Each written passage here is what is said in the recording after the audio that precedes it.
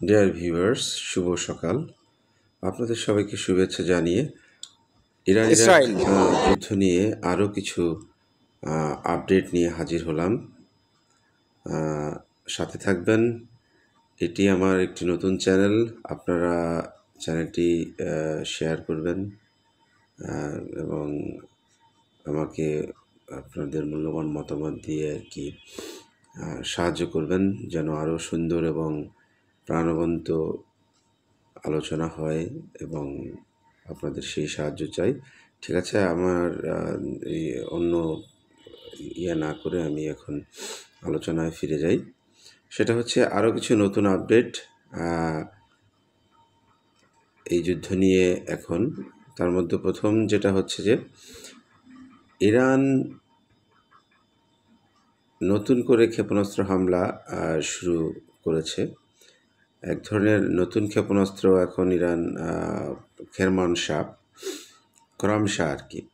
খোরামশা এই ক্ষেপণাস্ত্রটি ইসরায়েলের আকাশে দেখা গিয়েছে। এটা নিয়ে এখনও কোনো ওই ধরনের আপডেট পাওয়া যায়নি যে এটি একটি নতুন ভ্যারিয়েন্ট, এটার আক্রমণ কেমন হয় আর কি, সেটা এখনও রেজাল্ট আসেনি।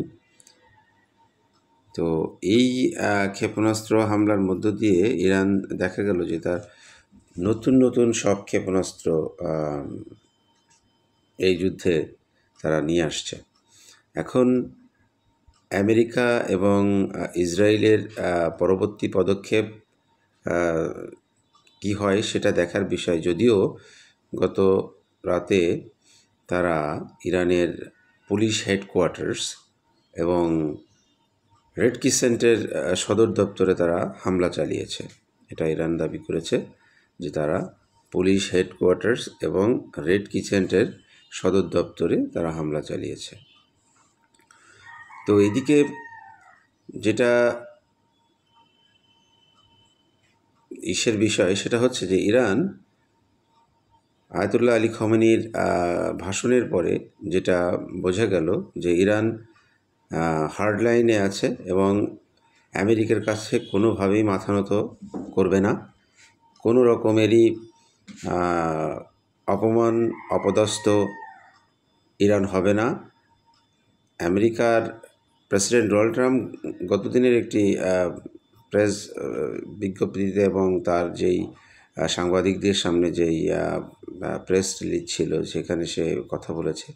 তো সেখানে একটি সাক্ষাৎকারে তিনি বলেছেন যে হয়তো কি আরও কয়েকদিন আগে, 2 সপ্তাহ আগে যদি ইরান আমাদের সাথে আলোচনা করতে আসতো তাহলে হয়তো এত বড় ধ্বংসযোগ্য এবং এত বড় ক্ষয়ক্ষতি ইরানের হতো না। তো এই স্টেটমেন্টের বিপরীতে ইরান জানিয়েছে যে তারা এই ধরনের কোনো আলাপ আলোচনা এবং হোয়াইট হাউসের দ্বারস্থ হওয়ার পক্ষে না, এবং তারা কখনোই এ ধরনের প্রস্তাব ট্রাম্পকে দেয়নি। এটা এক ধরনের মিথ্যা কথা এবং ট্রাম্পের এক ধরনের ছলনা। কারণ ইরান বীরের জাতি এবং খমেনি আরও বলেছে যে ইরানকে জানতে হলে কারবালার ইতিহাস আমেরিকার পড়ে আসতে হবে। তো সেই জায়গা থেকে এখন ইসরায়েল দাবি করেছিল যে ইরানের পারমাণবিক হামলাগুলোর ব্যাপক ক্ষয়ক্ষতি সাধন করেছে এবং তারা হামলা করেছে পারমাণবিক কেন্দ্রগুলোতে। কিন্তু ইরান যেটা বলছে যে তারা তাদের পারমাণবিক কেন্দ্রগুলো অক্ষত আছে এবং সম্পূর্ণ নিরাপদ আছে এবং এখানে কোনো ধরনের ওই ধরনের বড় কোনো ক্ষয়ক্ষতি ইসরায়েল করতে পারেনি। তো এখন যেটা দেখার বিষয় হচ্ছে ইসরায়েল যেই বোমাগুলো দিয়ে হামলা করছে, ইসরায়েলের কাছে ওই ধরনের উন্নত বাঙ্কার ব্লাস্টার বোমা নাই যেটা দিয়ে পারমাণবিক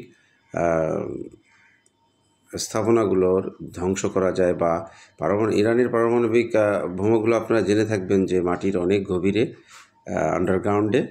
তো সেইখানে পৌঁছাতে হলে আমেরিকার জিবিইউ 57 বাঙ্কার ব্লাস্টার বোমার দরকার, যেটা আমেরিকার কাছে আছে। এখন আমেরিকা এই যুদ্ধে প্রবেশ করবে কি না, সেটাই একটি গুরুত্বপূর্ণ ডিসিশন প্রেসিডেন্ট ডোনাল্ড ট্রাম্পের।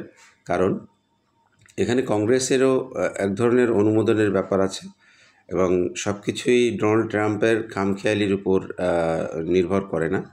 তো এখানে আমেরিকার জনগণ তাদের অবস্থান কী নেয় সেটাও দেখার বিষয়। যদিও ইমাম খমেনির এই জাতির উদ্দেশ্যে এবং পৃথিবীর প্রত্যেকটা মানুষের উদ্দেশ্যে যেই ভাষণ তিনি দিয়েছেন, সেই ভাষণে তার যেই দৃঢ়তা, এগুলো এই ভাষণের পরে কিছুটা বলতে পারেন ট্রাম্প একটু